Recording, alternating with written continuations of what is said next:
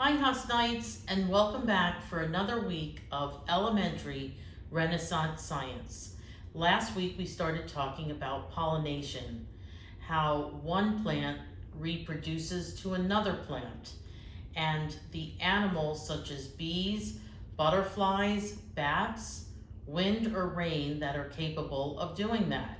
And I posted a worksheet that was parts of a plant, and I asked you to please fill that out. And today we're going to go over that. So the parts of a plant, starting at the bottom, are the roots, and they anchor the plant and absorb water and minerals from the soil. And that then goes up the stem, and the stem supports the leaves and carries water, minerals, and food throughout the plant. The leaves absorb sunlight and carbon dioxide to make food for the plant, and the flower makes seeds to continue the life cycle. Two very important words that I want to talk to you about are, what is chlorophyll? Chlorophyll. It's a long word. Plants require light as a form of energy to develop and grow. This energy transfer happens by using chlorophyll. Chlorophyll is the green pigment or color in plants that is used to trap energy from the sun. Each green part of a plant has chlorophyll. This green pigment helps plants absorb light and convert it into sugar through photosynthesis. Chlorophyll serves a key purpose in the food chain, not only by making food for plants, but by creating energy in plants for animals and humans to eat. So in this I mentioned photosynthesis, and last week I talked about that as well.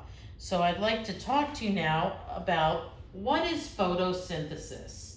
The word photosynthesis is made up of photo, meaning light, and synthesis, meaning to put together. Photosynthesis means to put together with light.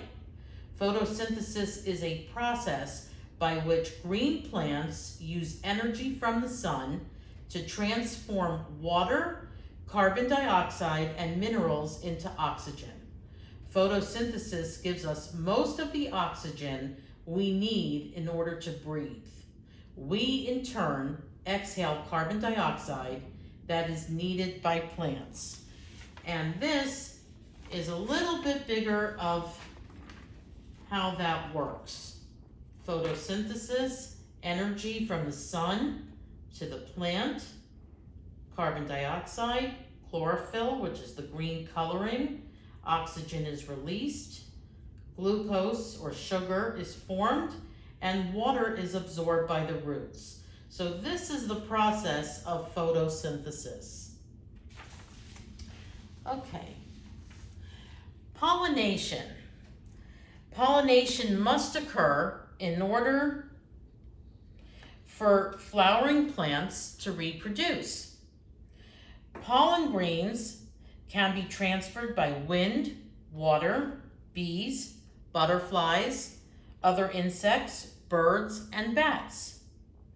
Bees are attracted to fragrant flowers and the nectar and pollen in these flowers.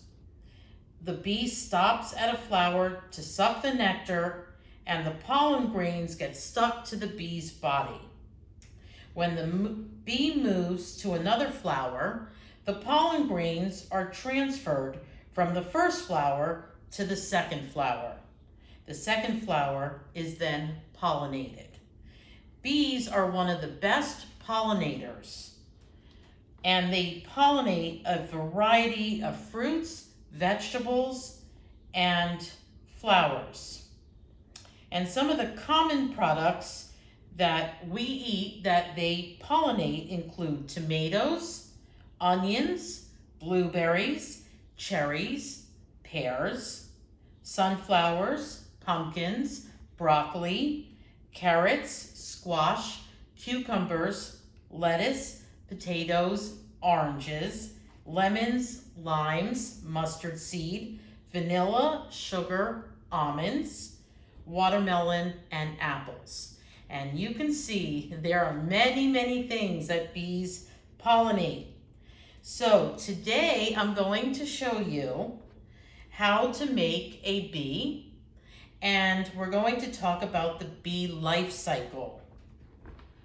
So first of all, I'm going to post the template of a bumblebee. If you are able to print this, then you can use the template. If not, you can just draw your own.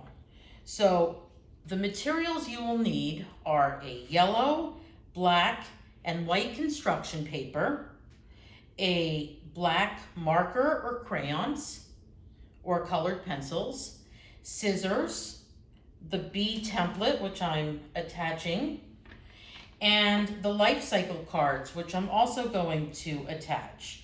So you would start with a yellow piece of construction paper, and you want to fold that paper in half, just like this.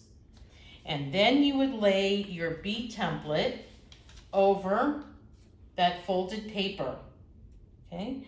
And then you want to trace that bee out with either a pen or a pencil. And then you want to use scissors, and please use safety scissors or have an adult supervise you when using the scissors. And you want to cut the bee out so that it looks like this. And then you will, with a marker, you will add the stripes or the wings, and you can see that I have finished my bee. And I got a little more creative. I added some glitter glue to the wings instead of the white construction paper. And I also had some googly eyes, but if you don't, that's fine. You can just draw the eyes in. Okay, that's the top part of your bee. The second bee, second behind it, is the bee that has the life cycle. And these are the pictures that I will post for you that you can cut out and put in this order. The queen lays eggs in the comb. The egg hatches into larva and spins a cocoon. In the cocoon, the larva turns into a pupa.